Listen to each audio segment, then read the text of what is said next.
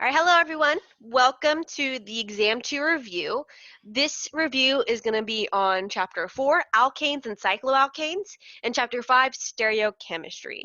I will be going off the main topics of Exam 2 email that was sent to us about Exam 2 specifically, and I'm going to start with alkanes and cycloalkanes just in general. First off, I'm sort of going to focus more on naming and then get into stuff like physical properties, Newman projection, conformation, etc., etc. I just feel like naming will be the easiest place for us to start. So the idea behind naming in organic chemistry is such that when I say a specific name like cyclohexane or para-chloromethyl-cyclohexane or whatever, you guys will be able to draw and know what I'm talking about without any ambiguity. So the way that we do this, actually I'll move this here, I'll move this here, and I'll move this here. So there are a couple steps that we go through when naming. I like to start with one, finding the parent chain. So the parent chain is defined as the longest continuous carbon chain in our structure. This chain can be cyclic or it can be just linear like we have here. But they cannot be cyclic and linear. Like for example, if we had this cyclohexane here and we had a methyl group on here, we wouldn't count it as like 1, 2, 3, 4, 5, 6, 7. We would just count the middle cyclohexane as our parent chain. So it's either going to be cyclic or it's going to be linear. It's not going to be both. So let me erase that. But in this first point, let's find the parent chain. So the way that I go about this is, if I'm doing this on my own, I will sort of highlight the long chains I can sort of see in my carbon compound. And then essentially what I do is I count up the carbons for each of them. So if we go with this pink one first, we're going to say 1, 2, 3, 4, 5, 6 carbons in a line. If we go with the blue highlighted, we have 1, 2, 3, 4, 5, 6. If we go with the green one, we have 1, 2, 3, 4, 5, 6. So there's a little bit of ambiguity here, which I probably shouldn't have done. But you can see here that technically any one of these could serve as the parent chain. What makes this change is, let's say that the blue line had an extra carbon attached to it. Now instead of being 1, 2, 3, 4, 5, 6, it's 1, 2, 3, 4, 5, 6, 7. So now that is our parent chain. Now I'm going to redraw this guy over here just so we can see the original structure along with what I have highlighted here. Oh boy, let me move that down a little bit. So we can see here that the parent chain is not always going to be that central carbon chain that we see. Sometimes it's going to be drawn a little bit differently. It's going to be drawn a little bit weird. It's just something that we have to look out for. So now I'm going to go ahead and highlight the parent chain for us, like the true parent chain. So 1, 2, 3, 4, 5, 6, 7. All right. So the second thing that I like to do when I do naming is I like to identify my substituents. So identify, I'm going to put identify sub. So in this case, it's kind of easy because we only have the one substituent. We can see it right here. So you can see here we have this substituent. It's sort of a weird shape. And this weird shape is going to be called isopropyl. So isopropyl. And I'm going to go over all of the special substituents. I just want to come out the gate with something that's a little bit confusing, just so I can give you guys like one of the harder examples you might get, just so you're a little bit more acquainted with these ideas. So now we have identify our substituents. In this case, only the one substituent. The third step is going to number. And somebody asked, what is the difference between systematic names and Iupac names? As far as I'm aware, they're the same thing. I think Iupac is systematic and systematic is Iupac. Back to this. So I say number parent chain. So the reason why I have this listed last instead of second is because when we identify our substituents, we'll be able to tell which scheme of numbering we're going to do. So with every carbon chain, there's going to be two different ways to number it.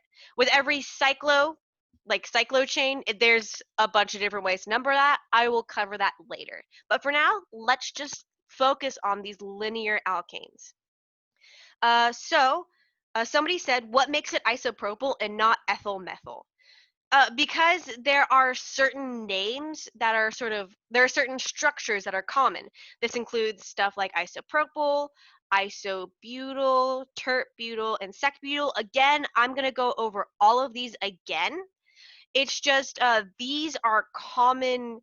I haven't gotten to the number of the parent chain yet. I have been answering questions just so people who are confused can understand where I'm going with everything. So I have not gotten to number 3 yet. We're gonna get there in a second.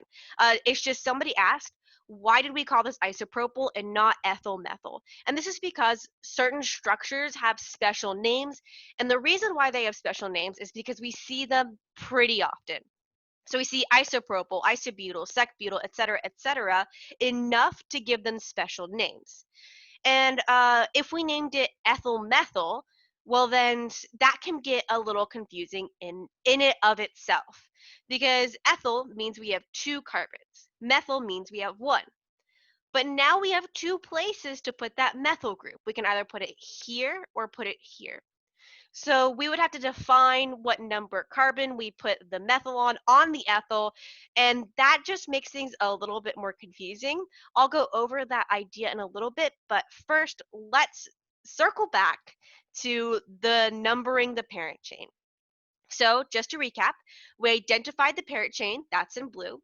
We identified our substituent, that's in green, the isopropyl, and now we're going to number the parent chain.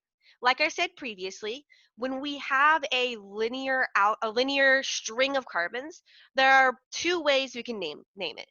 We can number it left to right or right to left. In this case, it'll be either the top version, 1, 2, 3, 4, 5, 6, 7, where we start at this carbon, or in the bottom version, 1, 2, 3, 4, 5, 6, 7, where we start at the right carbon.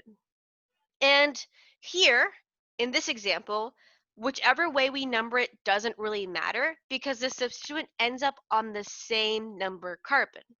However, depending on where your substituent is, that is going to change which way you're going to number it. Like, for example, let's say instead of having our isopropyl on 4, we had it up here. So now can either be on carbon 6 or carbon 2. The idea behind this, or the general idea that we want to follow, is we want to give our substituents the lowest number possible. So if our isopropyl was up here rather than in the middle, then we would go with this bottom scheme of naming. However, in this that I've drawn here, it doesn't matter because it both ends up on 4. So now we can say, okay, so on carbon 4, we have an isopropyl group. Perfect. And then we can see our parent name is going to be heptane. And these base words like hept, meth, eth, all of those, you should have those memorized. If not, I would have them memorized before the test. When you count the parent chain, don't you take the longest path? When you say longest path, do you mean by giving or making the longest chain of carbons the parent chain, or do you mean in the way that I number it? Because if you are talking about in numbering the parent chain, yes, we want the longest path with the most continuous carbons.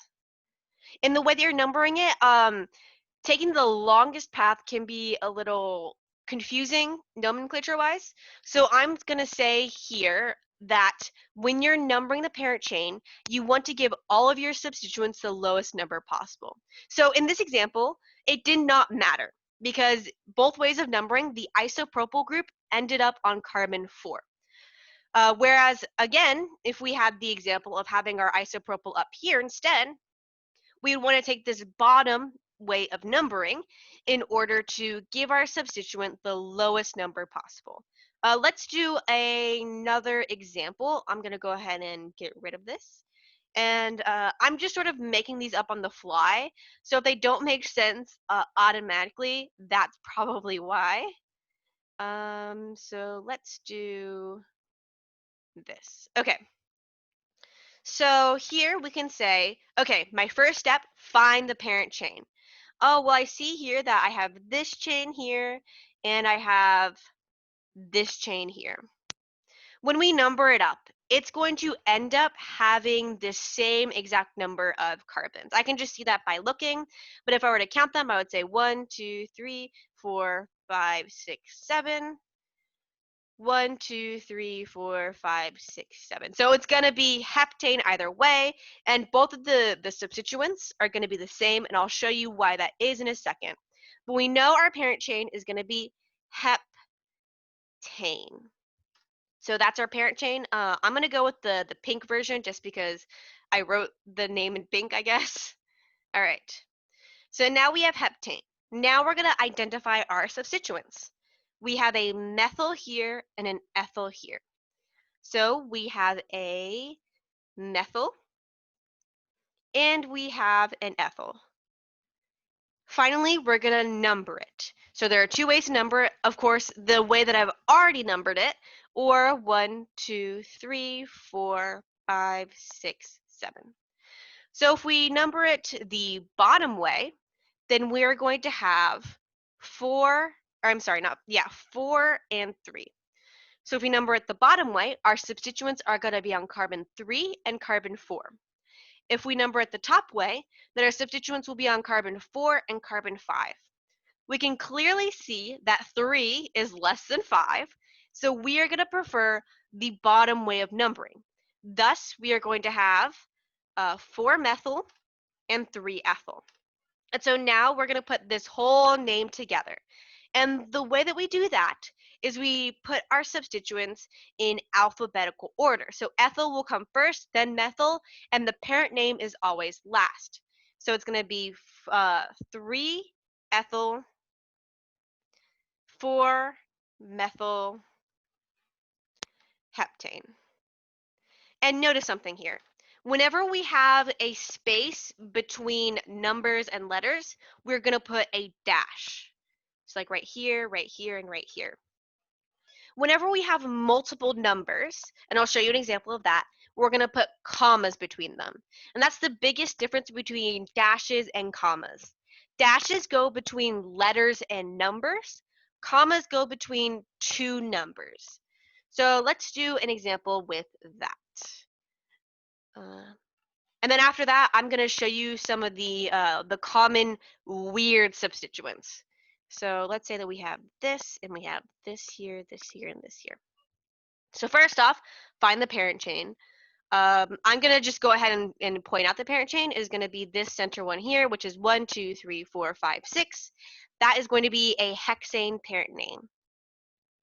And so now I'm going to find my substituents. So I see here I have 1, 2, 3 methyls.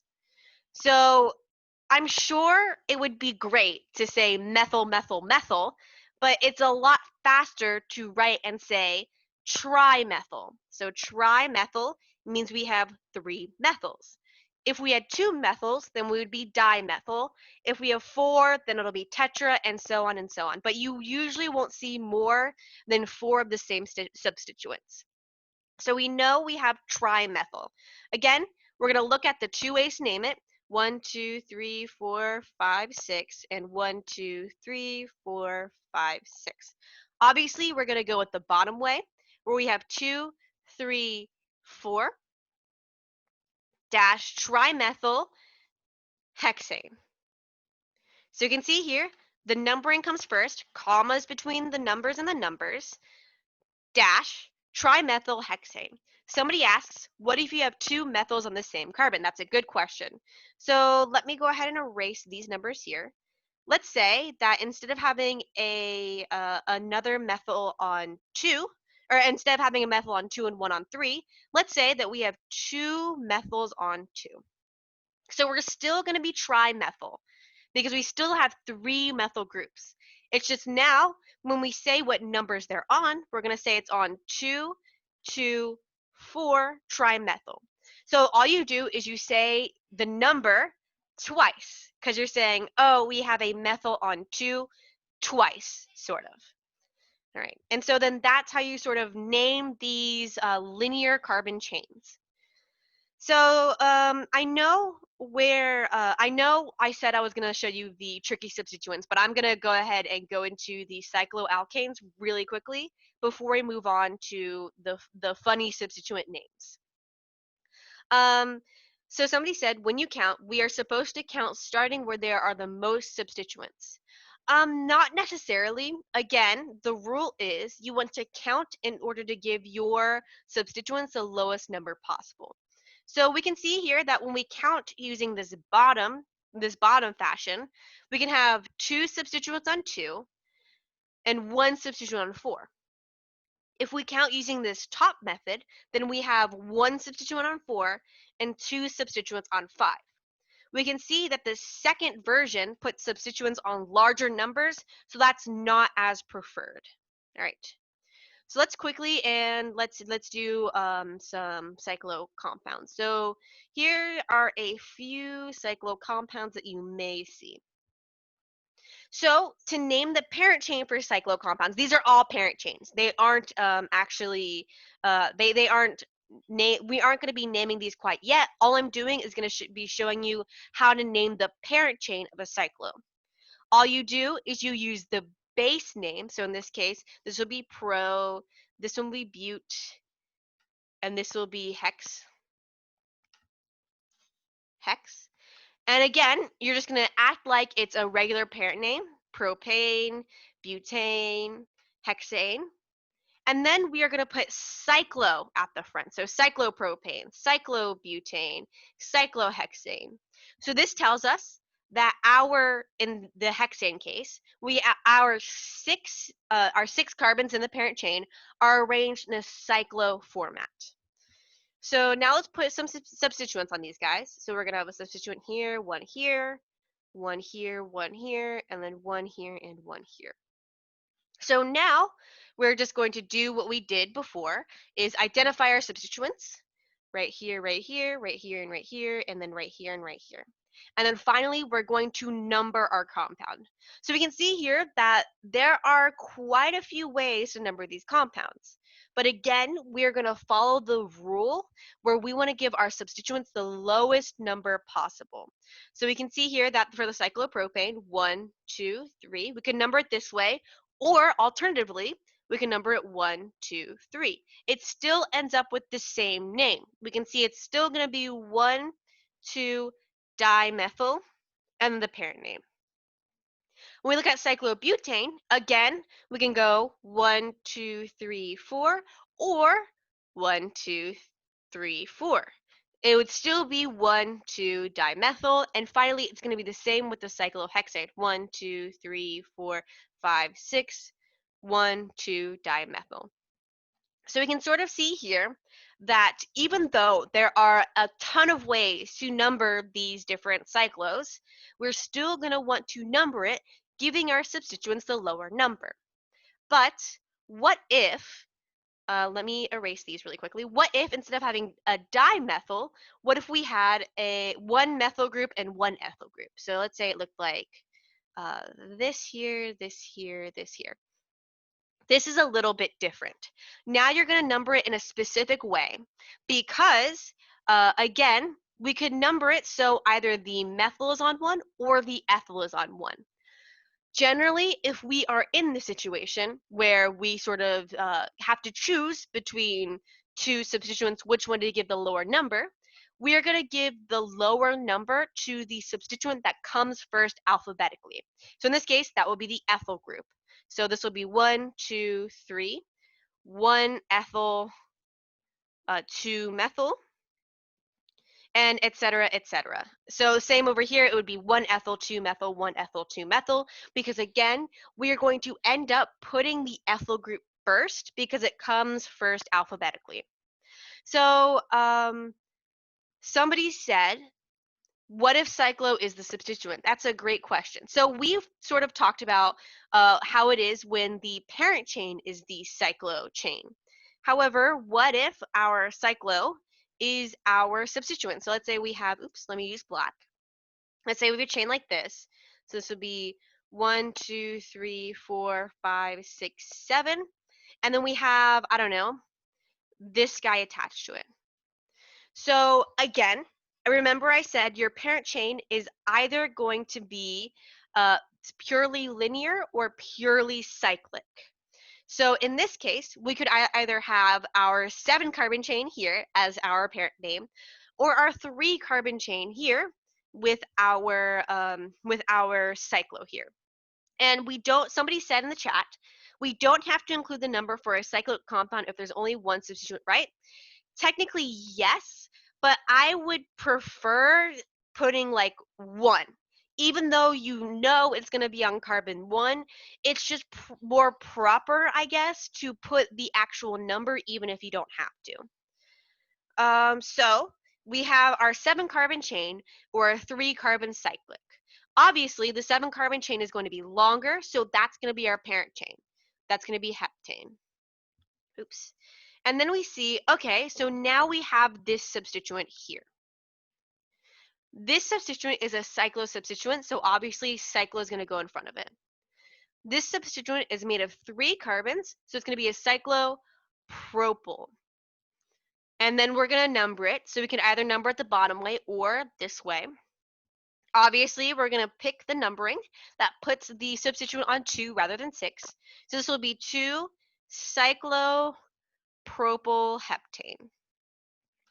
All right. Okay, so now there's a lot of naming in this chapter, huh? Now we're going to go into something called bicyclic compounds. And the idea behind bicyclic compounds is you have 2 cyclos sort of nested within each other. So the most common example of this is going to look either like this, or it's going to be drawn like this. Both of these are the same compound. They're just drawn slightly differently. So we can see here that if I go ahead and highlight the cyclohexane, we can see that cyclohexane exists in this right structure right here. And then we can see that this bridge in the front right here exists right here. So we can see here that these are the same thing, except they're sort of drawn slightly differently. And a lot of the times, this drawing is going to be preferred just because it's sort of easier to read and understand. This guy can be kind of confusing. Okay, so when we're naming bicyclos, what is the parent chain? Well, the parent chain is going to be all of the bicyclo. So we can count the number of carbons that we have in our bicyclo, and then that will sort of be the root of our parent name. So you see here we have 1, 2, 3, 4, 5, 6, 7 carbons. So our root for our parent name is going to be heptane. All right? And now we have to figure out how to number it. So to number Bicyclo compounds, first you have to find something called the Bridgehead Carbons, aka the carbons where both cyclos meet. So we can see here that's these two right here that I've highlighted in blue, and these two here again highlighted in blue. So we can see those carbons are where the 2 cyclic compounds meet. So those are called our bridgehead carbons because that's where our bridge begins.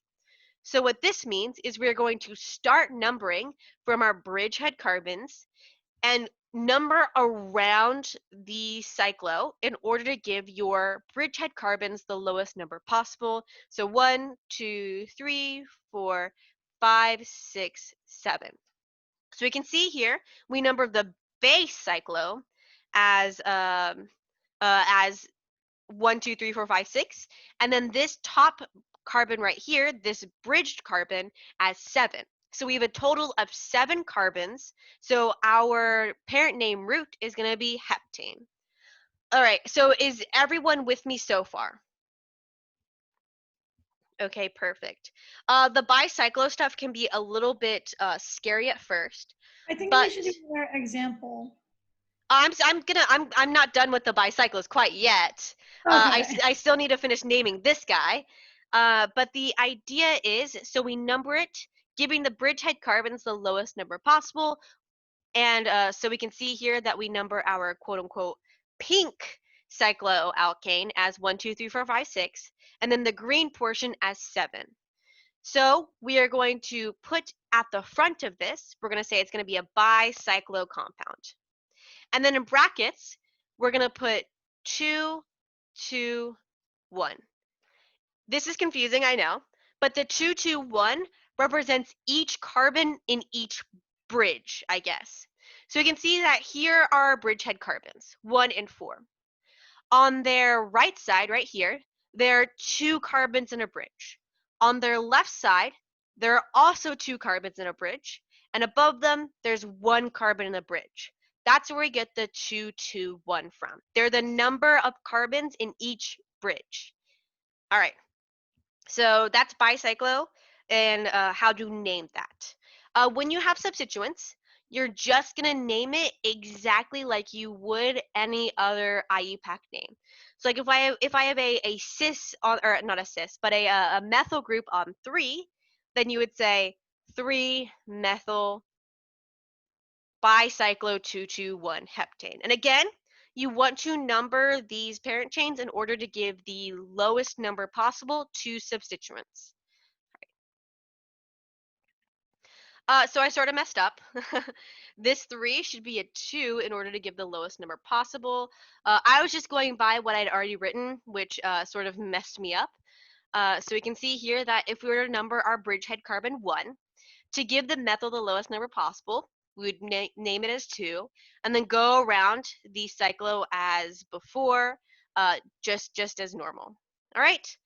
And somebody asked me to show why it's 2, 2, 1 again. Those 2, 2, and 1s, they sort of represent what kind of bridges that we have. We can sort of think of each part of this cyclo as a bridge. So we have a bridge right here, a bridge in pink, and then a bridge in green. So one of the 2s represents the bridge in orange. One of the 2s represents the bridge in pink, and then the 1 represents the bridge in green. So you can see here that the bicyclo is sort of showing us that it's going to be 2 carbons on one side of the bridgehead, 2 carbons on the other side of the bridgehead, and 1 carbon on the last side of the bridgehead. And it does matter what order you put these numbers in. You want to put them in descending order. So, for example, let's say that I'm going to quickly draw out a new example. Pray for me because these are not easy to draw. So let's say that we had, oh God, let's say we had these. Okay, so we can see that our bridgehead carbons are right here and right here. So I know this is going to be bicyclo, so I'm going to say bicyclo. I'm going to put in brackets blank, blank, blank. And then I'm going to count the number of carbons total just to get my parent name. So 1, 2, 3, 4, 5, 6, 7, 8, 9 total carbons. So the parent name is going to be nonane. So right now we have bicyclo blank, blank, blank, nonane. So now what we do is we're going to highlight each one of the quote unquote bridges. So here's one bridge. Here's another bridge. And here is the last bridge, okay? So we can see here, we have 3 carbons in this bridge, 2 carbons in this one, and 2 carbons in this one. Again, we are going to number in descending order. So since 3 is the greatest, it's going to come first, followed by 2, which is then followed by 2. For example, if instead of being 2 carbons up here, it was just a single carbon, of course, the parent name would change to reflect that, and it would be octane instead. Let me show that. So this would be octane, because we only have 8 carbons now. And then this bridge up here is going to be 1. So then we would say 3, 2, 1. And the numbers in the brackets are the carbon bridges, exactly. Okay, perfect. All right. Sorry, these commas should be periods. Sorry. It was an old way that I'm used to.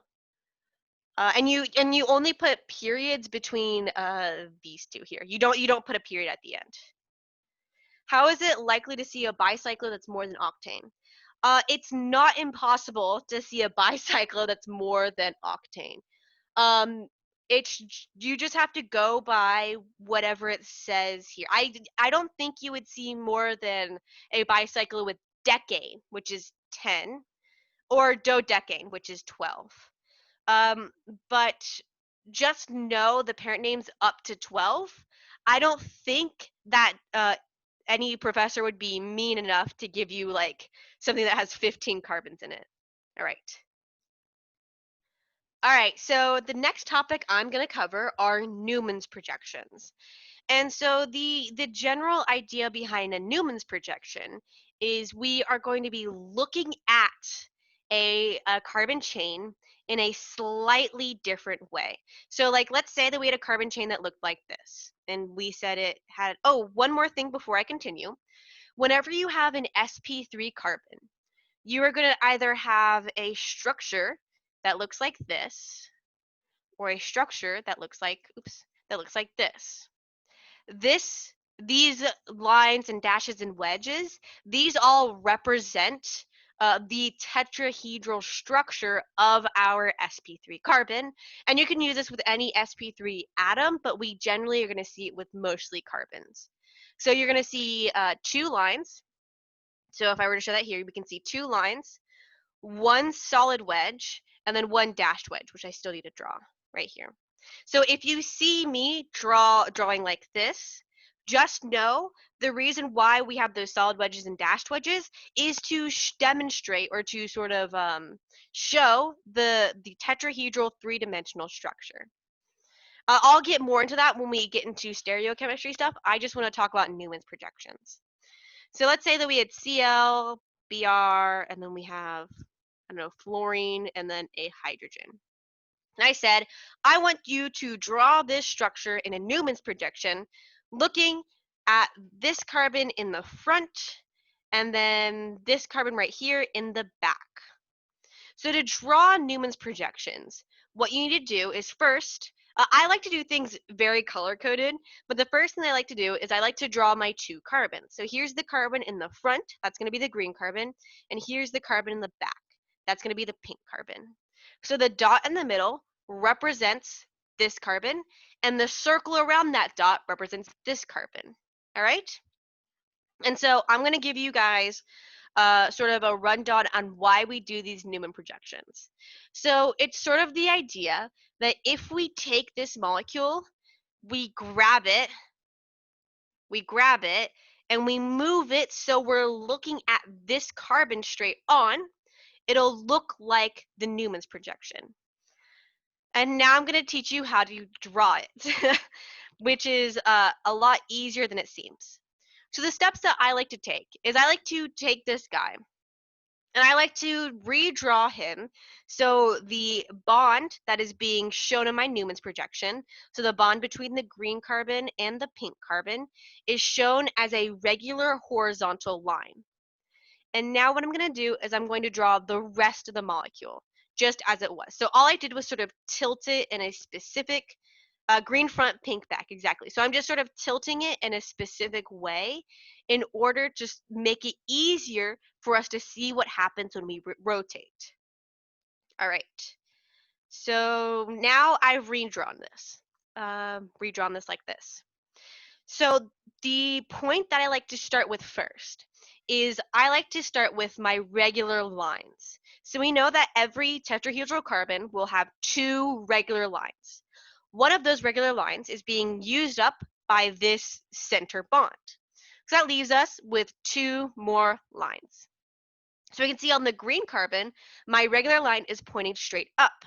So what I'm going to draw my Newman's projection is a line going straight up from my green carbon. And I can see on the pink carbon, the line is going down. So I'm going to draw a line going straight down on my pink carbon. These represent the CH3s on these regular lines here. All right, so there's that. And so then what I do is I sort of imagine sort of these lines here kind of bisecting my Newman's projections. So now I'm going to think about this for a second. I'm going to say, all right, so if I took this whole thing, I turned him around, so I'm looking at this green guy straight on, my CH3 is going to be right up top. But where are my fluorine and hydrogen going to be? So the way that I sort of do this, like in real life, like on the test, if I'm confused about it, is I'll take my pencil and I'll say, okay, so the point here, the point of my pencil right here, that's going to be my green carbon. I know that the CH3 is going straight up from my green carbon. And I also know that my fluorine is on the side facing me and my hydrogen is on the side away from me. And then what I do is I rotate my pencil to look straight at me. So here's kind of like a squat pencil. I know my CH3 is going to be pointed straight up. And if my fluorine was facing towards me when my pencil was like this, when I rotate it, my fluorine is now going to be on this right side here. If I rotate it and my hydrogen was on the back, then my hydrogen will now be on the left side here. So drawing them in my Newman's projection, I'm going to put the fluorine on the right and the hydrogen on the left. This will hold true for the solid wedges and the dash wedges in the back as well. So you can see here that we have Cl and then Br. And one more thing to note is that the solid wedges, so solid wedges, are both on the same side, and the dash wedges, the DWs, are both on the same side of that bisecting line of the regular lines right here. So, sorry, I guess I didn't explain this as well as I should have, but when you see solid wedges and dashed wedges, the solid wedges indicate that the atom or molecule or whatever is coming out of the page towards us, whereas the dash wedge sort of demonstrates that the substituent or whatever is going away from us. And somebody in the chat asked, will solid wedges always be on the right and dashed wedges will always be on the left? Not necessarily. So what I'm going to do is I'm going to sort of erase some of this stuff really quickly. So again, I'm going to keep the, oops, I said I was going to keep the pencil drawing and then I erased it. I'm going to keep the pencil drawing. I'm going to, sorry, I opened Cortana.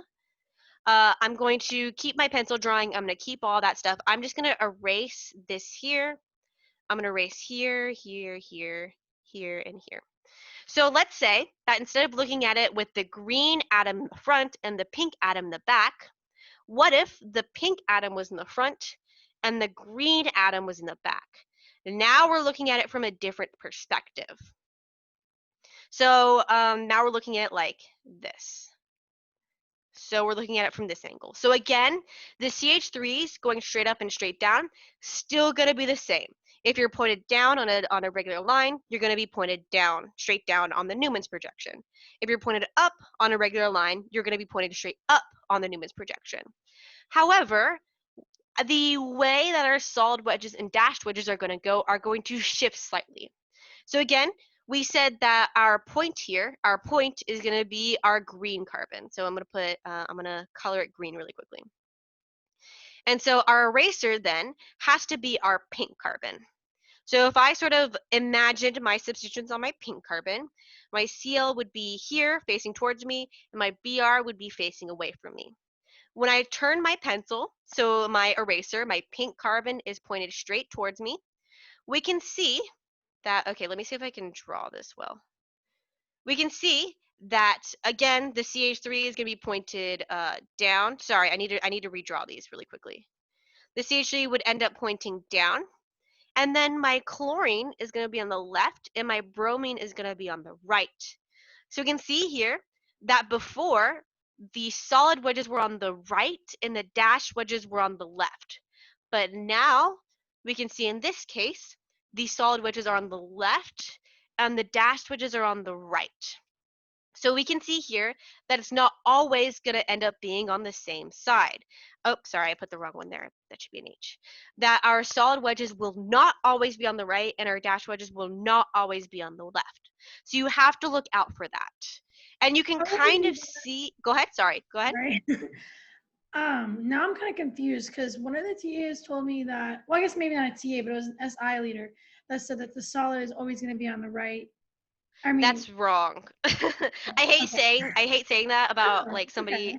else, but that's sort of wrong because again, if you have the molecular kit, this probably makes a little bit more sense to you. I have no idea how to use that. Yeah, that's fine. But if we're using my pencil example, so like again, fluorine is here and our H is on the back here, depending on which way we turn it, aka which carbon is going to end up in the front, that changes which side our solid wedges and which side our dashed wedges are going to be on.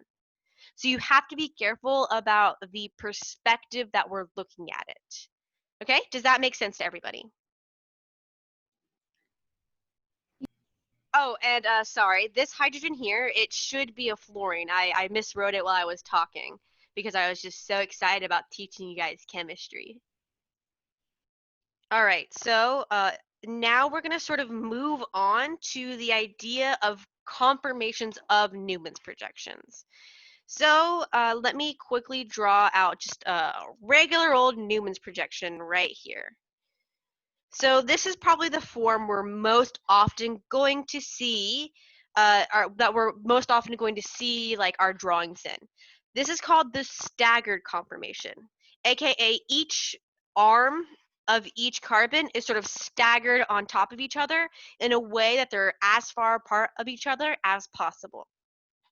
So if we sort of decide to kind of twist one of our arms around, we can sort of end up having something that looks like this, where the arms end up on top of each other. And again, drawing on a 2D piece of paper, a 3D object can be kind of difficult. So it's said that these arms, like these arms are on top of each other, they are on top of each other. There are 0 degrees between them. It's just we have to draw it like this in order to see the full molecule. This is called eclipsed because, ooh, let me see if I can spell eclipsed right. I think I did. This is eclipsed because each arm eclipses another arm, basically. So, the idea between these two, so these two forms can exist. It's just twisting around that center bond, sort of like a crank kind of thing. So, which one of these forms is preferred? Well, overall, the staggered form is going to be more stable than the eclipsed form because of something called torsional strain. The way that I remember this is when we're twisting around in a Newman's projection, if you've taken physics, that's sort of like twisting a rope. That's sort of like torsion. It's going to be called torsional strain. And you'll usually see torsional strain associated with something like, it'll say, oh, this is 0 degrees, or this is 120 degrees, or this is 60 degrees, and this is 180 degrees. So the idea with these degrees is they sort of show you the interaction between two arms. So for example, oops, my pause my screen sharing. For example, if we look at the 6 degrees, we can see that, okay, so these two arms are 60 degrees apart. If you look at 180 degrees, we can see, okay, so these two arms are 180 degrees apart. Again, over on the eclipsed form, we can see that, oh, these two arms, they're 0 degrees apart. And then these two arms right here are, oops, not that one, but these two, they're 120 degrees apart. That's what these degrees mean. And when you hear people say either gauche or anti, that's going to be with staggered. So when you have staggered 60 degrees, we call this gauche. When we have staggered 180 degrees, we call that anti. I find this pretty easy to remember because anti means they're like opposite, they're on opposite sides, they're pointed in opposite directions, that sort of thing. We don't talk about gauche or anti as much with eclipsed. Okay, so when I say that this is more stable, if we break out our old energy diagram from I don't know, Gen Chem, we can say that our more stable, our staggered form is going to be lower in energy than the eclipsed form. For somebody said, will 120 degrees and 60 degrees either be together, or is it 180 with 60 and 120 with 0? It's I don't like saying always, but in our case, 60 and 180 will be paired together, and 0 and 120 will be paired together, because we're talking about the degrees between the arms either next to each other or opposite to each other. So like for example, these two arms, like these two, they're 60 degrees from this middle arm right here. That means they're both gauche, and that means that the last arm has to be 180 degrees. It has to be anti. So back to this. So we can see that the staggered form is going to be lower in energy than the eclipsed form. And sort of thinking about this, whenever we're turning, so let's say that this guy, we're marking it with a star. When we turn this guy, we can see that our star ends up right here. If we turn him again, another position, let me redraw it right over here, we can see that our star ends up right here. So we can say that for every position of the arms, there's going to be either a staggered or a eclipsed form. So if I were to draw this out, I think you've probably seen this in class. We'd see staggered being down here and then going up to eclipsed, back down to staggered, back up to eclipsed, back down to etc., etc., etc. So when we're at these low points, we're going to be staggered. When we are at these high points, we are going to be eclipsed. And this is increasing energy. So I'm going to put increasing E. All right? So this graph here is just representing staggered versus eclipsed forms. So so there's one more thing we have to talk about when we talk about these conformations as far as Newman's projection goes. Because we've talked about torsional strain, but oh, hello. I don't know if you heard that, but a jet just flew over my house very loudly. Anyways, this graph here is just when we're talking about torsional strain. But when we're talking about Newman's projection, we can also have something called steric strain. Steric strain is the idea when we have big groups next to each other. So let's say that we have this guy and we have this guy right here. They're both going to be staggered. So the idea of steric strain is if we have big groups next to each other. So let's say that we have hydrogen here, hydrogen here, hydrogen here, hydrogen here. And then on the remaining ones, we have CH3 and a CH3. You may have seen this example before. And then over here, the first CH3 is in the same point, but the second CH3 is right here. Again, the rest of the arms are filled up with H's. So both of these are staggered. However, one of these has steric strain. Steric strain is the strain of having two large groups next to each other. In this case, those large groups are CH3 and CH3. So we can see that this first staggered conformation is lower in energy. It's more stable because it has less steric strain. So I'm going to say less ster. Whereas this second one here, it's going to be less stable because it has more steric strain. So if we were to compare these two on this energy graph, they would both be relatively low because they're both staggered. But we can see here that the one with steric strain will be slightly higher in energy. So yes, the staggered steric is going to be higher in energy than the non-steric, the staggered non-steric. A lot of S words. But then let's take another sort of example here. So I'm going to move these.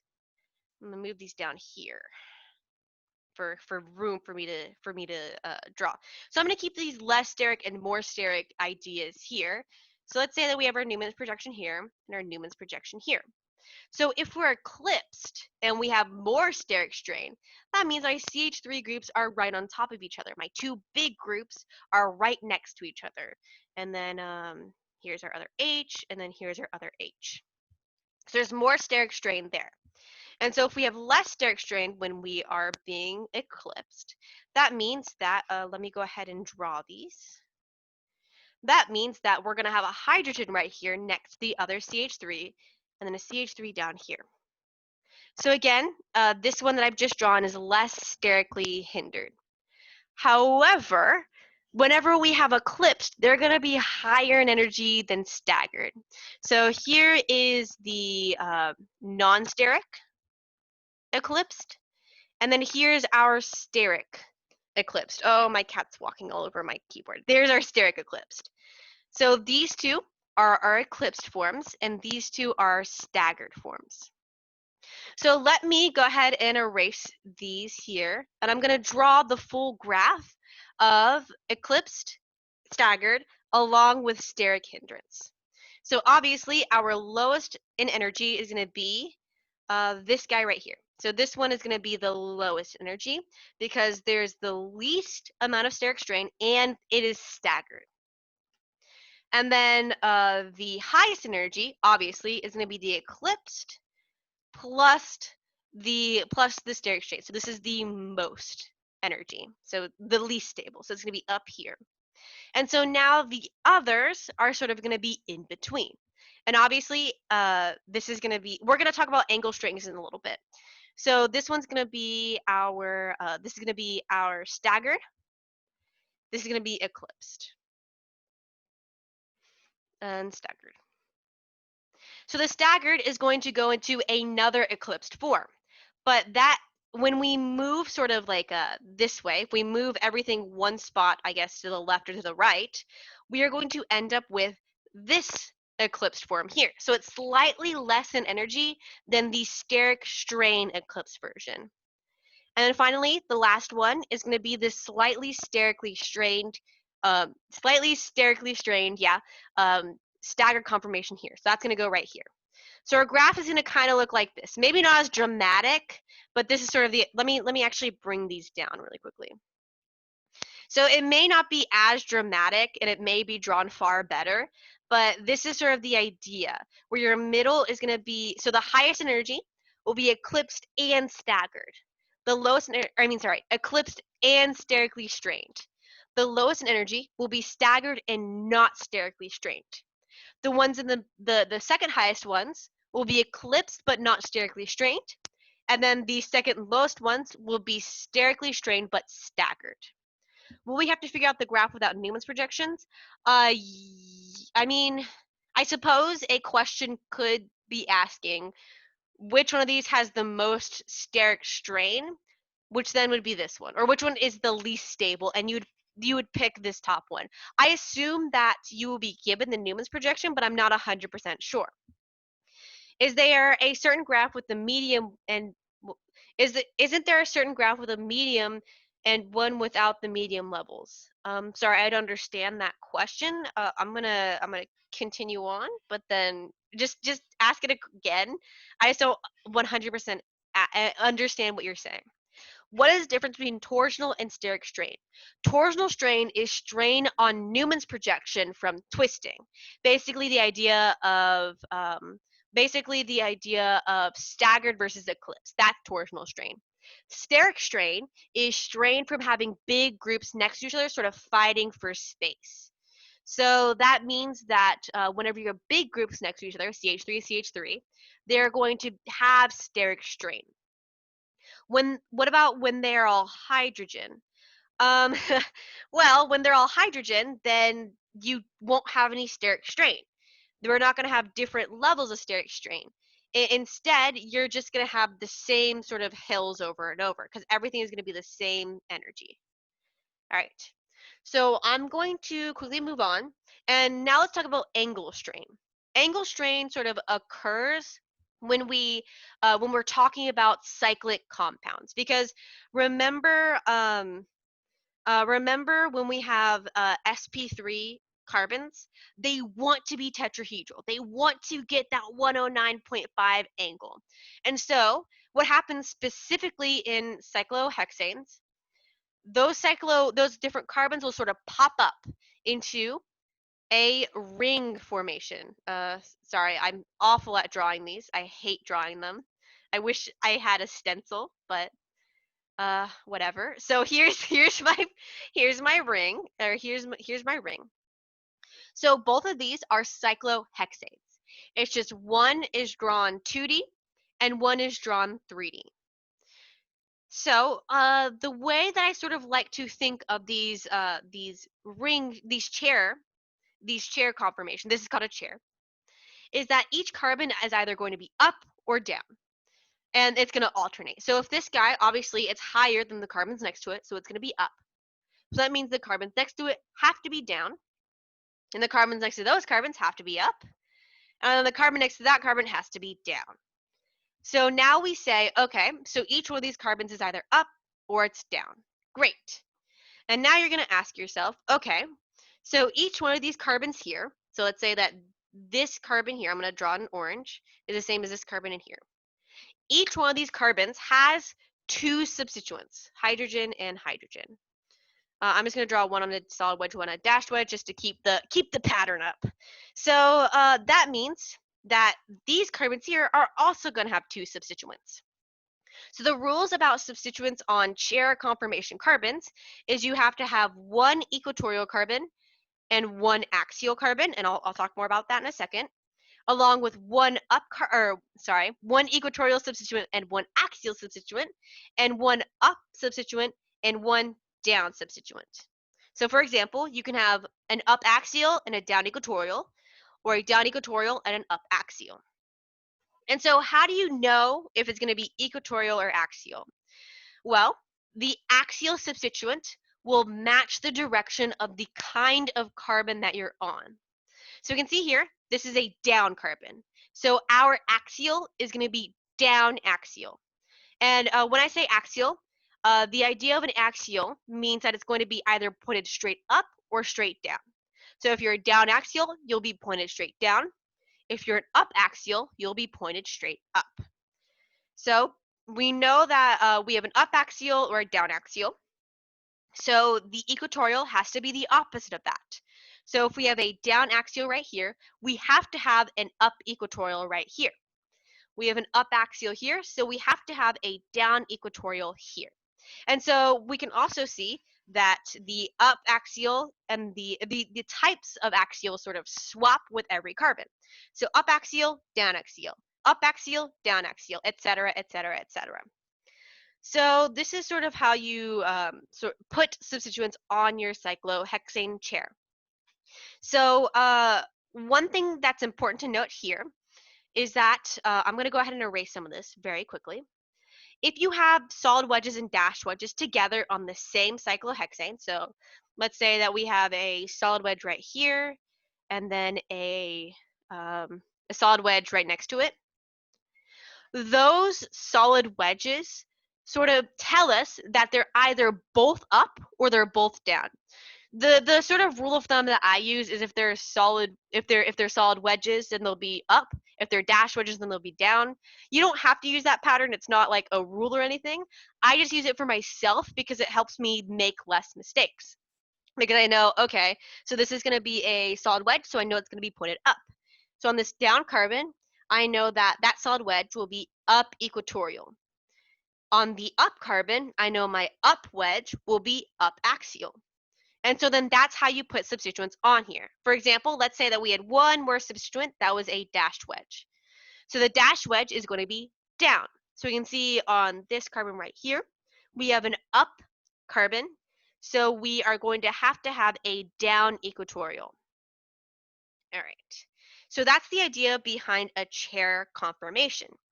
So what comes next in this chair conformation idea is something called a chair flip. A chair flip is basically what you do is you sort of hop around the carbons. So I'm going to number these really quickly. So 1, 2, 3, 4, 5, 6. Basically what happens is 1 goes into the 2 position, 2 goes into the 3 position, 3 goes to 4, 4 goes to 5, etc., etc. So I'm going to go ahead and draw out the new chair. Now somebody said, how do you determine which one is axial or equatorial? The axial substituent will match the direction of their carbon. So we said, okay, so 1 is an up carbon in this drawing here. So we know that its axial is going to be up. So if I want to draw the down substituent, that down substituent has to be equatorial. So if we do our ring flip, 1 goes here, 2, 3, 4, 5, 6. So let me fix this really quickly. So now you can see that 1 is now right here. And you can note what changed here. 1 was an up carbon, now it's a down carbon. That's important to note. When the ring flips, does the dash and wedge ideas also flip? No, the dashes and the wedges will all stay up or stay down. So whenever we do the ring flip, your substituents will stay up or stay down. So in this case, the substituent on 1 was down equatorial because it was on an up carbon. Now that we're on a down carbon, we can be down equatorial. And then we can see here that 2 is right here. We have an up substituent. It was up equatorial before. Now that we're on up carbon, the substituent is now going to be pointed up. Finally, on 3, we can see we're on an up carbon and was up axial. Now we're on a down carbon, so we have to be up equatorial. So we can see here that a ring flip is how we sort of switch between equatorial and axial, but not up or down. The up and down relationships will stay the same because the wedges have to be on the same side and the dash wedges have to be on the same side. And so that's the general idea behind a ring flip. And another thing to note why this ring flip idea is important is because when you have substituents, you're gonna want to, does the structure of the hexane stay the same in the ring flip? Yep, nothing changes in this 2D drawing. What changes is the Chiral conformation, the ring flip. And again, back to what I was saying, the important thing about the ring flip has to do with the stability of the substituents.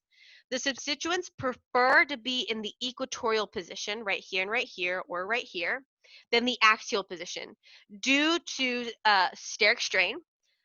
Because I'm not going to go into the theory about it because that'll take way too long. But the idea is when you're in this position, your electron cloud is interacting with all the electron clouds over here. Whereas if you're in the equatorial position, you have more room to sort of spread out. So you want to be in the equatorial position more than you want to be in the axial position. So that means this guy up here, this form, is going to be preferred. However, if you, let's say that, for example, we have a ring. I'm going to draw it over here. Let's say we have a ring, and it has 2 substituents, 1 axial and then 1 equatorial. And we can say that the axial substituent here is going to be a CH3. No, let's make this a CH2CH3. And this one here is a CH2. Or I'm sorry, not CH2, but CH3. So we can see that when we do the ring flip, so I'm going to quickly draw it. If you want to, if you're on YouTube, you can pause the video and try to do this yourself. I'm just going to quickly do it because I'm kind of running out of time. But CH2, CH3, and we can see CH3 is right here. So we can see here that for both of these ring structures, we have one of our substituents in the equatorial position. If we have the choice, we want to put our larger group, aka this ethyl group, in the equatorial position. All right. Why don't we keep going? And then Okay. Sorry. I'm just letting you, I'm going to quickly go over substituent stuff, and then we can talk a little bit more. So with these substituents, how did I know where they were?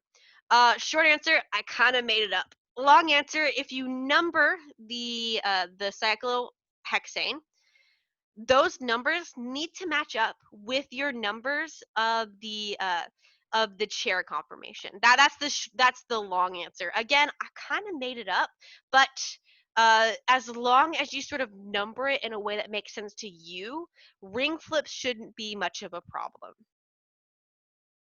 All right, we just got through chapter 4. Yay! So now it's chapter 5. Probably a lot of people's least favorite chapters, but I really like it. So I know we went over this just briefly before, but I just want to go over the idea of the forms of an Sp3 atom. So just to remember, our Sp3 atom can sort of be formed or represented in one of 2 ways. One of these can be our Sp3 atom, because both of these represent tetrahedral structures. So just keep this in the back of your mind right now. So the whole basis of this stereochemistry chapter is something called a chiral carbon, a chiral C. A chiral carbon is defined as a carbon with four completely different groups attached to it. It's like A, B, C, and D. So these groups can be made of completely different atoms. So it could be Cl, Br, OH, and CH3.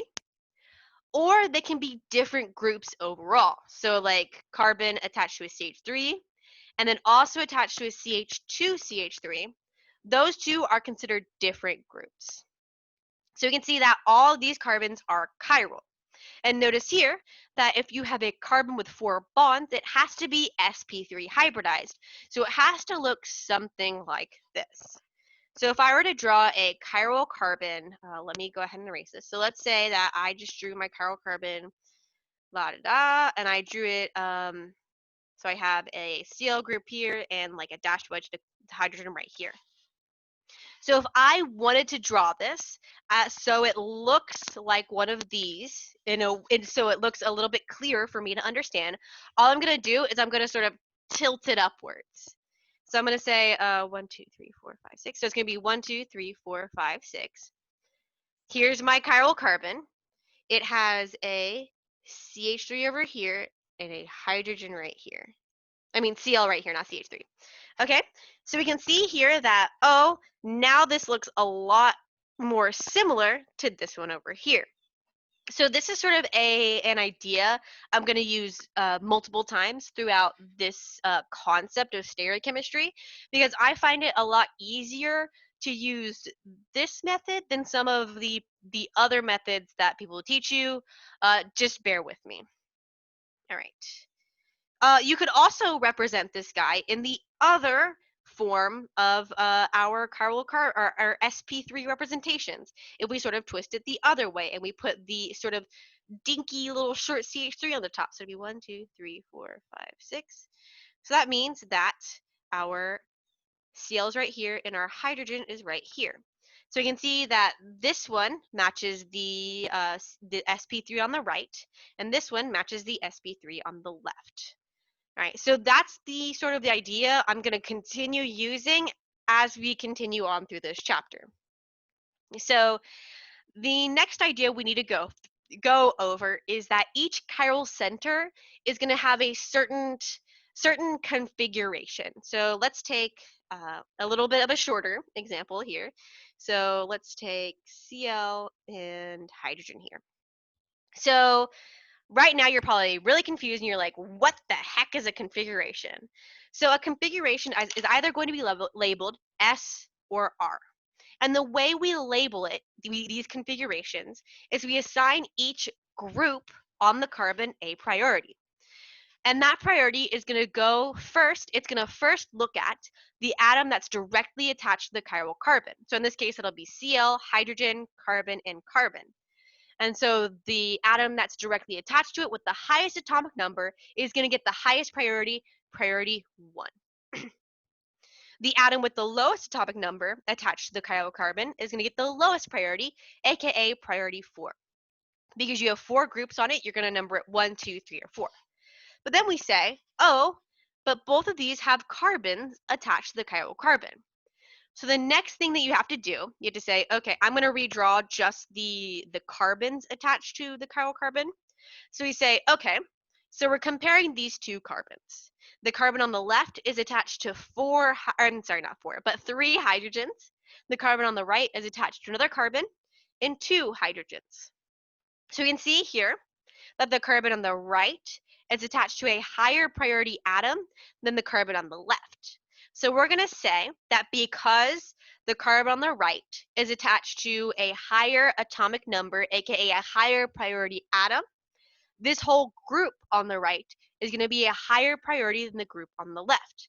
So this group here will be 2, and this group here will be 3. So if, and this is a big if, our lowest priority is on a dashed wedge, keep this in mind, our lowest priority is on a dashed wedge, what we do is we sort of ignore the 4, and we say, okay, which way is 1, 2, and 3 going? So we start at 1, we go through 2, and we go through 3.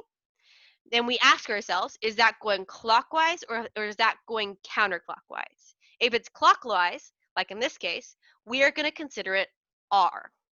If it's anti-clockwise or counterclockwise, we're going to consider it S. The way that I sort of remember this is if I draw a circle and I put an arrow at the top going clockwise, it's going to point to the right. So it's going to associate with R. So that is how we tell a configuration as long as our dashed wedge has our lowest priority. But what if it, on the other hand, what if instead of having our lowest priority on the dash, we have a different priority on the dash? Let's say our Cl is on the dash in this case, and our hydrogen is right here. That means we have 1, 2, 3, and 4 right here. This means that we cannot assign configuration like we just did.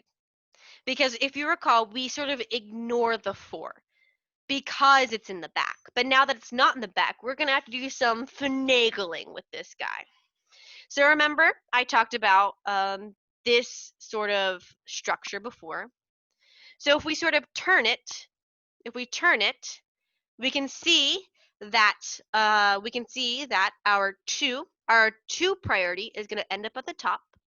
Our 3 priority is going to end up on this regular line right here.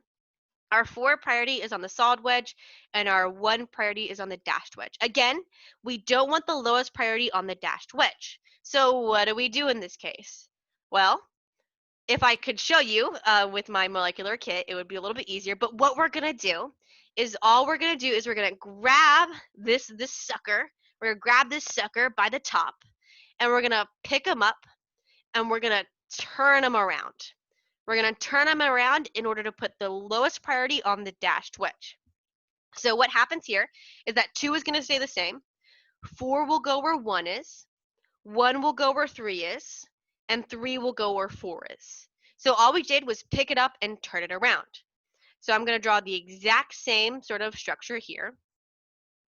2, again, that's where we picked this guy up from. So it stays in the same place. 4 goes where 1 was, because we just twisted it around. 1 goes where 3 is, and 3 goes where 4 was. And so now we can use this guy to determine our conformation. So we can see, okay, so if I ignore the 4 and I go 1, 2, 3, I'm going counterclockwise. So that means that this guy here, this chiral center, is going to be S. And somebody asked, do we keep twisting until 4 is on the dash? Yes, but hypothetically, you should only really need to twist once. Like, for example, if 4 was where 3 is, then you could just twist it the opposite way. Somebody asked, is there any particular reason why 2 was singled out for their turning? There was no particular reason except that it's on a regular line. So, for example, if I tilted this whole structure on the other way, we could say that now our structure is going to look like this.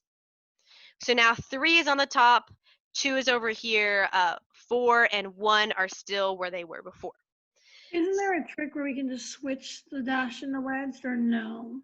So I'm going to go over that in a second. But is there a rule where number 1 has to be on a wedge, or do you only rotate when number 4 is on the dash? You only rotate and you only change things up when your 4 is not on a dash. So like your 4 could be on this guy right here. The where 3 is right now, if that is 4, we're still going to need to do this process. And somebody said, can't you recognize in the beginning that 4 is on the dash, so the structure will be reversed? So this is a trap that literally everyone I've met has fallen into. The idea that all you do is flip the stereo center is wrong. So I'm gonna sort of rearrange this example one more time to show you why that does not hold up. So I'm gonna sort of erase what I've drawn here, but not the actual structure. So I'm gonna erase this here. So let's say that instead of having our hydrogen on the solid wedge, we had our hydrogen right here. We had our CH3 group move here, and we still had our Cl right here. So our fourth, so I'm going to assign priority. Again, same priorities as before. 1, 2, 3, 4. And 4 is not on our dashed wedge. So again, I'm going to turn this whole molecule around so that 2 is at the top, 4 is right here because 4 is the other line. 3 is on the solid wedge, and 4 is, or I'm sorry, not 4, but 1 is on the dashed wedge. So all I'm going to do, again, I'm going to pick them up by 2, and I'm going to twist it around. Except this way, I'm going to twist the other way, because our goal here is to get 4 where 1 is. So if 4 goes where 1 is, 1 will go where 3 is, 3 will go where 4 is, and we end up with our new guy here. 2 is the same. 3 is where 4 was, 1 is where 3 was, and 4 is where 1 was. And we can see here that ignoring 4, our configuration is going to be R. And funnily enough, if we look at our original structure and we just go 1, 2, 3, we can see that it retained that R configuration. So you can see here's an example where that swapping from S to R does not work. So you have to do this sort of process. There is another way to do it, which I know Dr. Daddy sort of prefers, and it's the idea that if we redraw this whole thing, and we swap 4 and the dashed wedge, we just swap them completely, and we end up looking like this. We end up with something called an enantiomer. Oops, that should be Cl. We end up with something called an enantiomer, and the definition of an enantiomer is that it has opposite stereocenter conformation. So that means that whatever conformation is here is the true structure of our original drawing will be the opposite. So like, for example, we can see that, 1, 2, 3, this is S. This is S, our enantiomer is S. So that means our original structure has to be R. Yes, exactly. It's a mirror image. So then we just redraw it, blah, blah, blah. I don't like this method as much as far as teaching goes, because I find it a lot easier for you guys to visualize the actual picking up and turning. All right. So I mentioned something about enantiomers. So there are 3 sort of special words, I guess, you have to learn from chapter 5. And those are enantiomers, diastereomers, and mesocompounds. And all of these sort of hinge on the idea of the chiral center. So let me draw just some random guy right here. So we've got, I don't know, I'm gonna put BR on this because I did it a little bit different last time. So we've got this guy right here. We know we have a chiral center right here because it has 4 different groups attached to it, yada, yada, yada. So now what I'm gonna do is I'm gonna say, okay, what if I take this guy and I hold him up to a mirror? I decided to draw the mirror image, and it looks like this. Another mirror image of this guy, another valid mirror image would be if we drew the BR on a dashed wedge. Because remember, so I'm just gonna sort of, ooh boy, so this is like this guy at an angle. Remember we said that the solid wedge is the atom coming out towards us. So like the BR is coming out towards us. If we hold a mirror up to it and redraw it, then the BR would be going away from us and thus be on the dashed wedge. It's just easier to see that this mirror image exists than this one. But they are both mirror images of our original compound. They're just mirror images in different ways. And so now let's sort of look at that chiral center for these mirror images. So if we do the chiral center here, we're going to see 1, 2, 3, and 1, 2, 3. So we can see here that this stereocenter on the left, this guy is going to be R, whereas this one on the right is going to be S. So we can see that enantiomers are mirror images, and they have opposite chiral centers. The real definition for an enantiomer is a non-superimposable mirror image. This is the idea that no matter how much you twist this guy, like no matter how much stereochemical twisting we do, left and right, whatever, it'll never be the same as the guy on the left. because we can't superimpose it. I always had sort of a really hard time doing this superimposing on my head, so I always went by the stereocenters. So if your stereocenters are opposite, they're gonna be enantiomers. All right, and you only need one chiral center to be enantiomers. Now we're going to talk a little bit about diastereomers. So let's say that we have the same sort of idea here, but we also have sort of a Cl right here. So if we draw the mirror image, that is its enantiomer. So here is its enantiomer. I'll go ahead and find the chiral centers.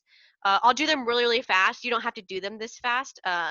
I advise you not to do it this fast. I've just been doing it for a while, so I kind of know how to see the chiral centers easily. So somebody keeps mixing up the enantiomer and the same compound. We're going to go over that in a little bit. But for now, let's talk about diastereomers. So we can see here that these two, they're mirror images, they're non-superimposable. We can see they have opposite stereocenters. However, what if I drew this guy right here?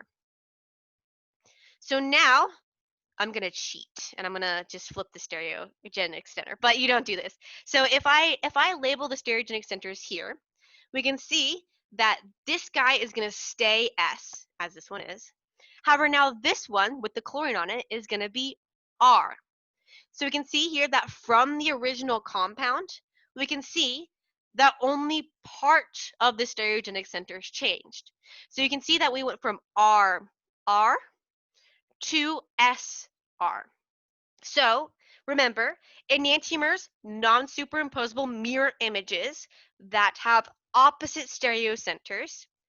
Diastereomers are non-superimposable, non-mirror images. So these are not mirror images, and they have partially opposite stereogenic centers. You still have sorry, I forget the word. You still have some keeping of the stereogenic centers of the original compound. So you can see here, again, I was always trash at figuring out if something was a mirror image or not. So I always went by stereogenic centers. And something else to note here is that to be a diastereomer, you have to have two or more stereogenic centers. Because if you only have one stereogenic center, you can't really swap one and keep the other. If you have one, you're either going to swap or you're going to not. So yes, these are, I can never spell diastereomer right the first time. So these are diastereomers and these are diastereomers. So I'm going to put dia. Whereas these two in the middle, these two are enantiomers. So that's the big difference between enantiomers and diastereomers. They're both non-superimposable, but the diastereomer is not a mirror image and it has partially flipped stereogenic centers. That's the difference between an enantiomer and a diastereomer. I had so much trouble with these, and I have so much trouble saying it, so please don't make fun of me. Anyways, so let's move on to sort of the last idea with these stereocenters. Let's talk about mesocompounds. So mesocompounds are the idea that despite making the mirror image, we're still going to be superimposable. So like OH, OH, and we make a mirror image. I'm going to use the mirror image where I held the mirror up to my screen and then I drew that image. So you can see here they're mirror images, but these are going to be superimposable because think about it for a second. So if I flip this guy over, if I flip him over, like this, I can see that I end up with something that looks kind of like this. And then if I rotate this guy just in the correct way, now we're going to be superimposable on our original structure. So we can see here that we still have stereogenic centers, but we are superimposable. A mesocompound is a superimposable mirror image. So unlike enantiomers and diastereomers, it is superimposable, but similar to enantiomers, it is going to be a mirror image. And the telltale way that you can tell if something's a mesocompound is if you can see there's a line of symmetry. And so that means that meso compounds also have to have 2 or more stereocenters, similar to diastereomers. And then these guys can kind of trick you because they'll look a lot like enantiomers if we do the stereogenic center. So if we see that, okay, so this is R, this is R. These are going to look like S and S. I don't know if there are an S or S and R. I just sort of made it up really quickly. It's going to look like it completely swapped. But because of that mirror image, because of this parallel, the symmetry here, we can consider these identical compounds. Meso compounds are identical compounds. Somebody said, how do we know when to switch the wedges and the dashes in the mirror image? So that's a great question. So let me draw up the example from before, so like this bromine guy right here. So if I draw the mirror image, if I draw the mirror image and I try to flip it in the same way that I flipped this guy, I'm going to end up looking like this. And I can't really twist that.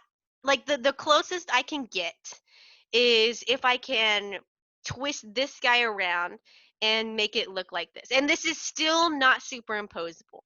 So we can see here that when we flip this, and then like let's say that I drew the mirror image as if I held up the mirror image to my screen and then drew that image. If I flip this guy over, it'll look like, sorry, I'm trying to do this in my head. It's kind of hard. It'll look like this. And again, if I try to twist this guy around, it's going to end up, wow, it's going to end up looking like this mirror image right here. So we can see that unlike meso compounds, we cannot twist around these enantiomers in order to be superimposable. It's a lot easier to see if you have a molecular kit. If you don't, then go online and look up like a 3D structure of enantiomers versus diastereomers versus meso compounds and so on. Somebody said, I'm confused on how molecules can have multiple configurations. I'm going to go into that right now. So if something can have multiple configurations. So let's take our enantiomer, for example. So I'm drawing it without the dashed wedges right now. So if we're given this compound, we see, okay, it has 2 stereogenic centers. There's actually a formula to tell how many stereoisomers you'll have. And the formula is 2 to the n, where n is the number of stereocenters that you have. So in this case, this will be 2 to the 2. We have 4 different stereoisomers that we can have. And so let's draw them out. So of course, we can have one where both of them are solid wedges and one where both of them are dashed wedges. And I'll come back to this in a second because you might say, hey, those are the same thing. And I say, yes, exactly. And so then I'm going to draw the other type of configuration where we have one on a solid wedge and one on a dashed wedge, and then the mirror image of that. So in this case, some of you may have seen that, oh, these are meso compounds. They're the same compound. Yes, they sort of count as stereoisomers. Even though they are identical, they are meso compounds, technically they sort of count when we're using this number for different amounts of stereoisomers. Okay. All right, so let's say, for example, this guy has another stereocenter. Now, I'm not going to draw all of the stereoisomers for this guy. I'm just going to use the formula to show you how many you may have. So if we go along here, we say, oh, I'm sorry, this is actually not a stereocenter. Oh, let me tell you why this wouldn't be a stereocenter. Because if we look here, we can see that this group here is exactly the same as this group here. So that means that we have 2 of the same group, so it cannot be a stereocenter. So instead, I'm going to slap them right here, and now we have our third stereocenter. So we have 3 stereogenic centers. So if we use the formula 2 to the n being the number of stereocenters, we're going to say 2 to the third, 2 times 2 times 2 is 8. So we have 8 possible stereoisomers for this guy.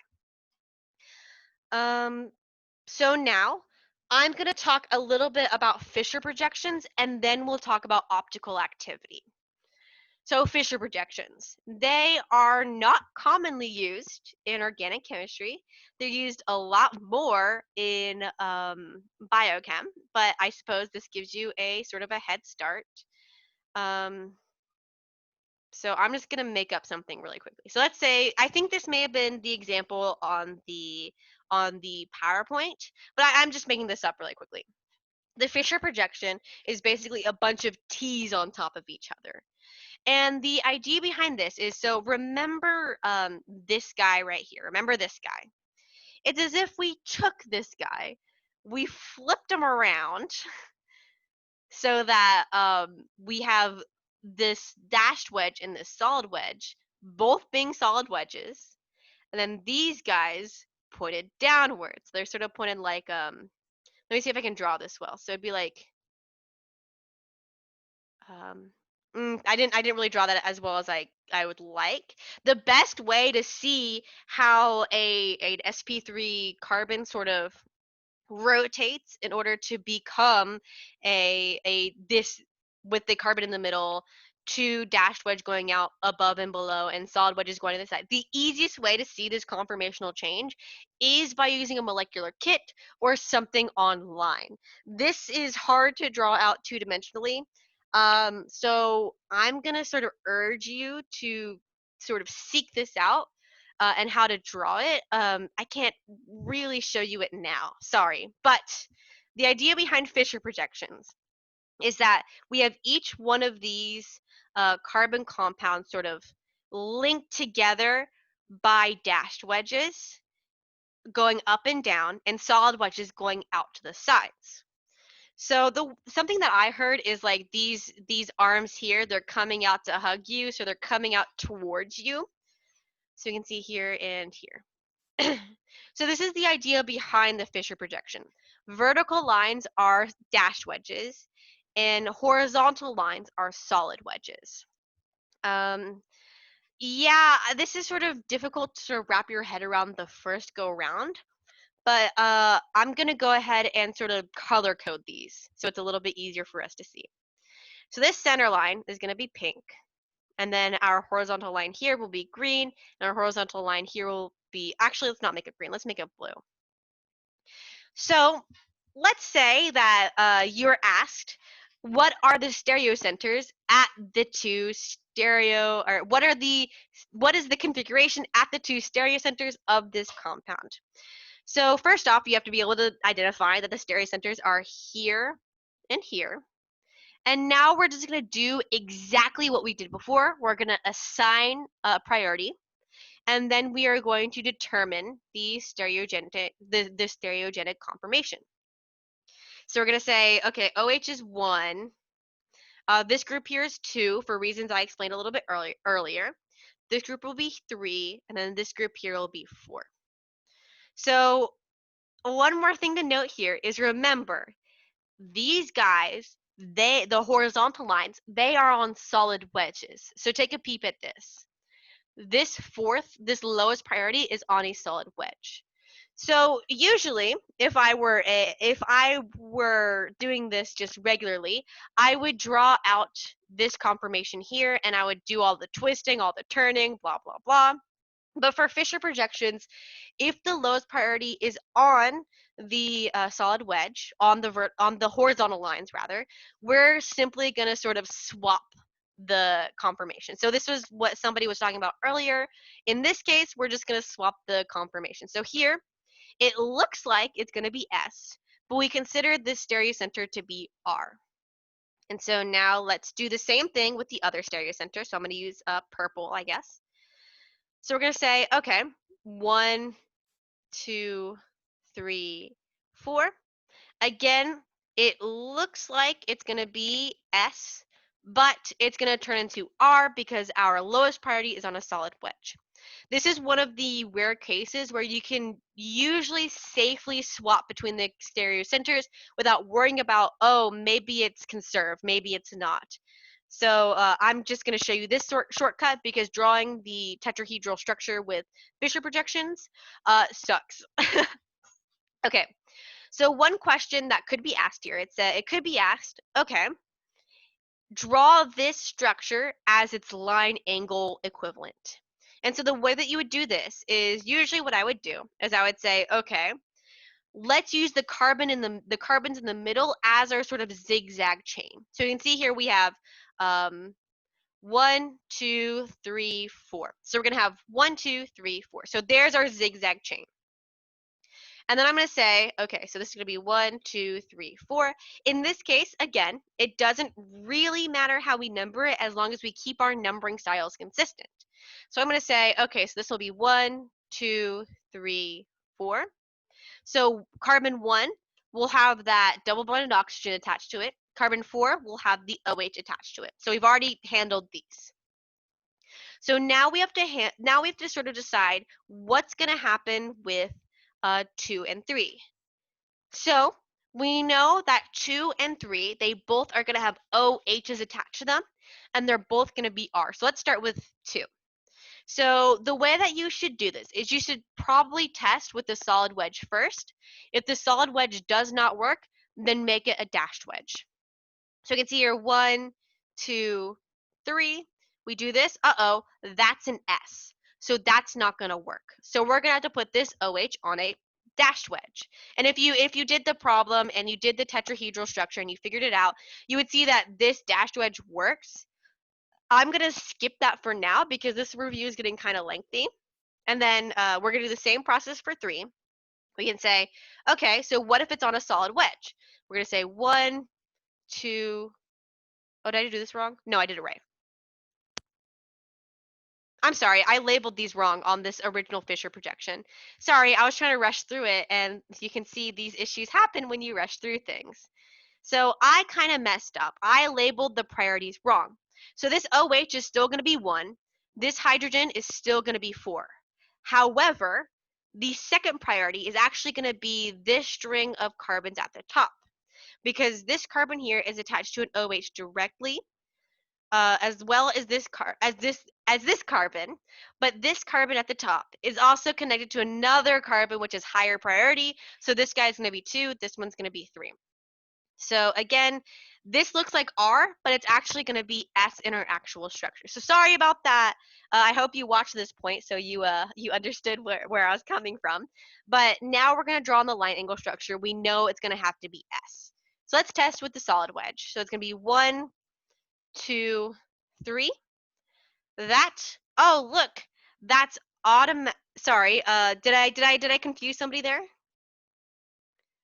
Anyway, so this looks like R, so it has to be S, so we're gonna have to put it on the dashed wedge. So just to reiterate, I kind of made a big whoopsie. I'm gonna erase some stuff over here to make it a little bit easier to see. So I made a little whoopsie. I made a little mistake, and instead of calling this top group here the second priority, I called the bottom group second priority. But if you recall, when we did the priority rules, we first look at the atom directly attached to the carbon. We can see that they're both carbons, and then we see what that atom's connected to. So they're both connected to oxygens, but now this one's connected to 2 other hydrogens, whereas this one is connected to another carbon as well as a hydrogen. So the carbon, this group on top, is going to be a higher priority, thus it will be 2, and then this group down here will be 3. And so we said, okay, so whatever this looks like, we can see that the hydrogen is on the solid wedge. So it looks like an R, but we're going to swap it to be an S. Okay? Did I clear that up in there for everybody? I hope I did. All right, so I'm gonna move on. You're confused on the swap. So the Fischer projections, I know I said before not to swap between R and S, but when you're doing Fischer projections and the H, the lowest priority is gonna be on a solid wedge, which means it's gonna be on the horizontal, we're just gonna flip it because drawing out this using the Fischer projection is all kinds of messy, and I don't want to confuse you guys further. So when you have a Fischer projection and your hydrogen is on the and your hydrogen is on the horizontal, that means it's going to be going on the solid wedge. And we know that we want hydrogen on the dashed wedge. We're just going to take whatever conformation we get from our Fischer projection here and we're going to swap it. So it's going to be S in this case. So it looks like R, but since hydrogen is on the solid wedge, we're going to consider it S.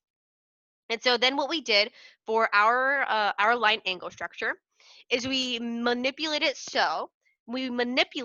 so that the OH would be in such a way to force that carbon, that chiral carbon, to be S. In this case, we want it to be on the dashed wedge.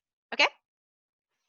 So one more thing I kind of want to point out really quickly, I'm going to erase this, is that we can see that, let me go ahead and fill in the hydrogens really quickly. So here's a hydrogen here, and here's a hydrogen here.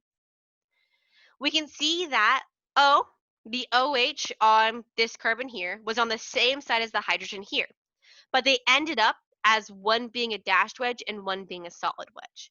That's important to note. And then that is because we have a carbon pointed up here and a carbon pointed down here, whereas here they're both pointed the same way.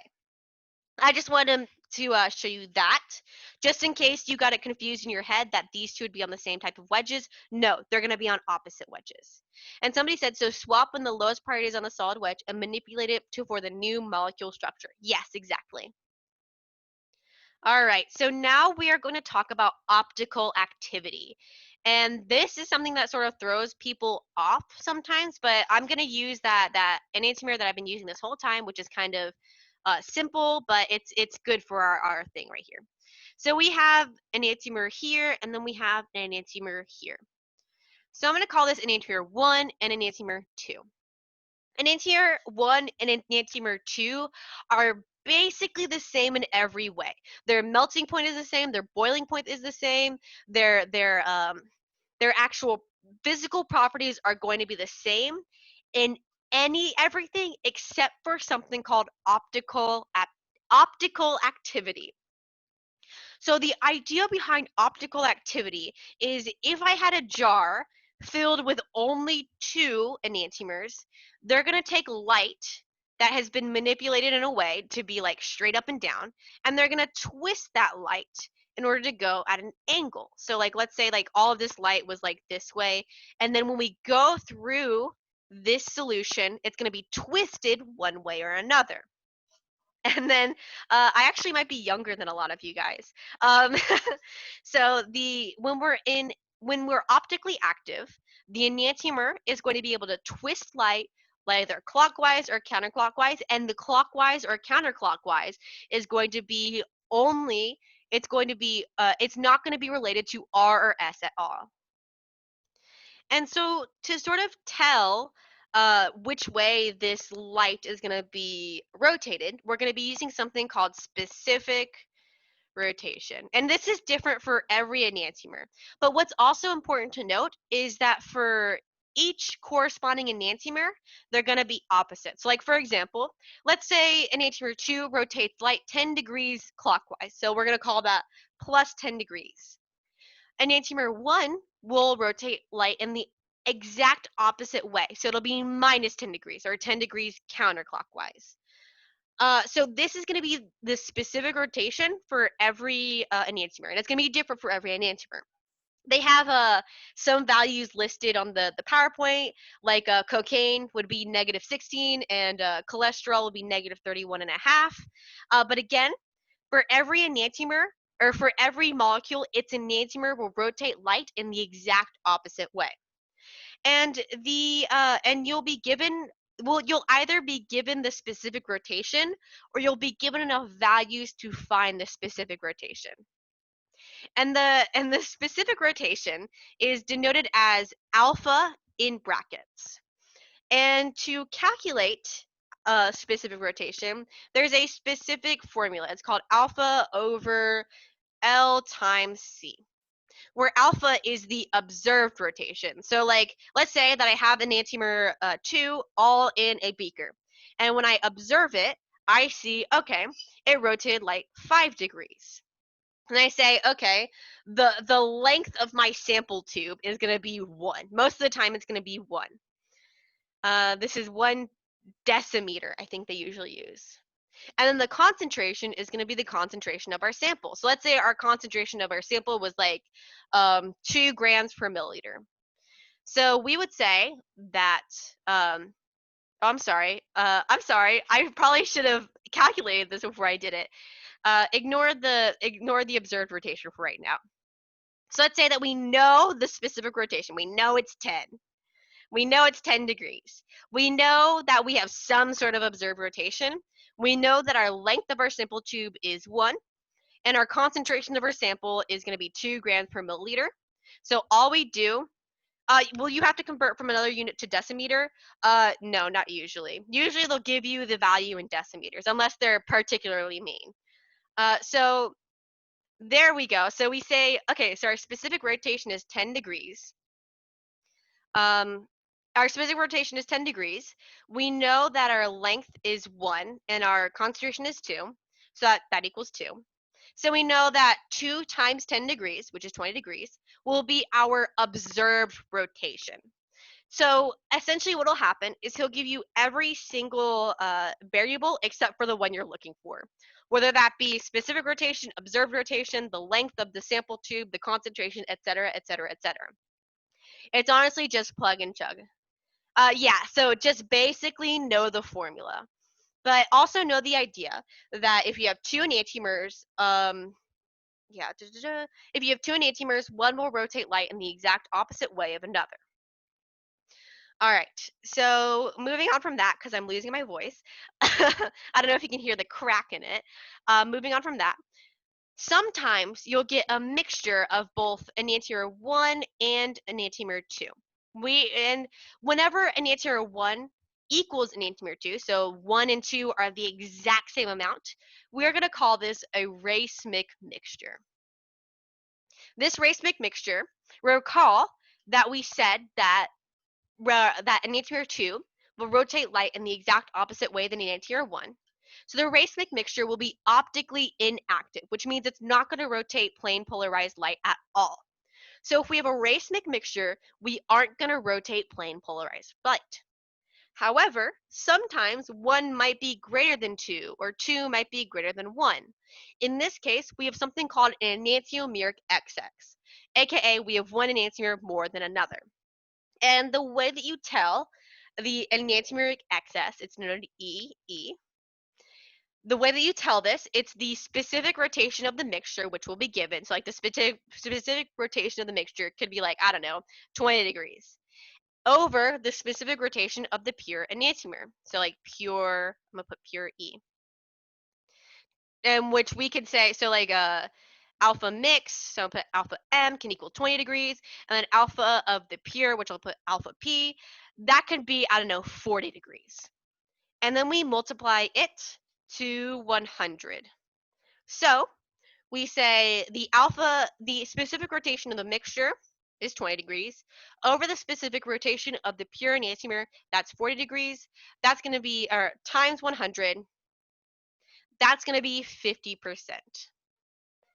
So the issue with enantiomeric excess is that the enantiomeric excess is not the percentage of one enantiomer over the percentage of the other. So like this isn't a percentage of one enantiomer versus a percentage of the other. This is how much more we have of one enantiomer over the other. So like, for example, we get an enantiomer 1, I'm going to put enantiomer X plus enantiomer Y equals 100% total. But we know that enantiomer X minus enantiomer Y equals 50. So now we sort of have this system of equations that we have to solve in order to figure out the actual percentage of an enantiomer over another to figure out the actual percentage of X to Y. This is insane, honestly, if you're not super familiar with math. This is going to take quite a bit of practice. So what I would do is I would use the homework to practice these types of questions to figure out enantiomeric excess, figure out how this works in order to find the percentage of one enantiomer over the other. And I would spend more time on this, but I've already spent like an hour and a half on this review, and I'm losing my voice. So I'm gonna say, come to me in my office hours, which are Thursdays at 10 a.m. Eastern. And then I will help you out a little bit more before the test. And the last part of this test has to do with naming stereoisomers, and this is probably going to be the easiest part of the this will probably be the easiest part of this review, because all you have to do is you find your guy. So like here we have this one right here. We're going to say here's bromine, and here's we'll put chlorine right here. And so you're going to do it exactly like you did before. Remember, we talked about the beginning of the review, like 2 hours ago, how to name things Iupacly, I guess. So first you find the parent chain. 1, 2, 3, 4, 5, 6. Obviously, it's going to be hexane. And so we know that this is going to be hexane because the parent chain has 6 carbons. And, and we know we're going to have a bromine on 2. And a chlorine on 3. So we're going to call this 2 bromo, 3 chloro. That's generally how you name substituents when they're halogens. So bromo, fluoro, chloro, iodo, etc. So it's 2 bromo, 3 chloro. So to organize that alphabetically, obviously it's going to be 2 bromo dash 3. Oops, that should be a 3, not a squiggly. 3 chloro hexane. One more thing I want to note is what if it's OH? Don't worry about OH yet. Don't worry about OH yet. OH will be in a few chapters. So 3-chlorohexane. One thing to note here is that you never drop any letters from the substituents or the parent name. So like, for example, if you have chlorooctane, you'll have chloro, and then another O for chlorooctane. All right, so anyways, I got a little off track there. This is how you name stereo centers in names. So in this case, what you would do is you would say, okay, so here is our stereo center here and our stereo center here. So if we do let's do 2 first. So we say that BR will be 1, this group will be 2, this group will be 3. So we see that this is going to be R. It's clockwise, so we're going to have 2R. And then we're going to look at stereocenter 3. I'm going to erase this really quickly. Stereocenter 3. We're going to say chlorine is 1. This will be 2. This will be 3. We can see, okay, so this is also R. So this will be 2R, 3R. So we're going to put at the beginning of the name 2R, 3R. And I think it's just a space. And one more thing to note before I get the questions about this. If you only have one stereo center, you don't have to put these numbers.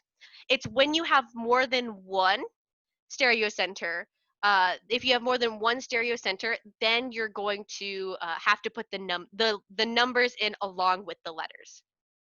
And if the adding the OH was for homework, what happens is you turn this ANE into an ANO-all, so it becomes hexanol.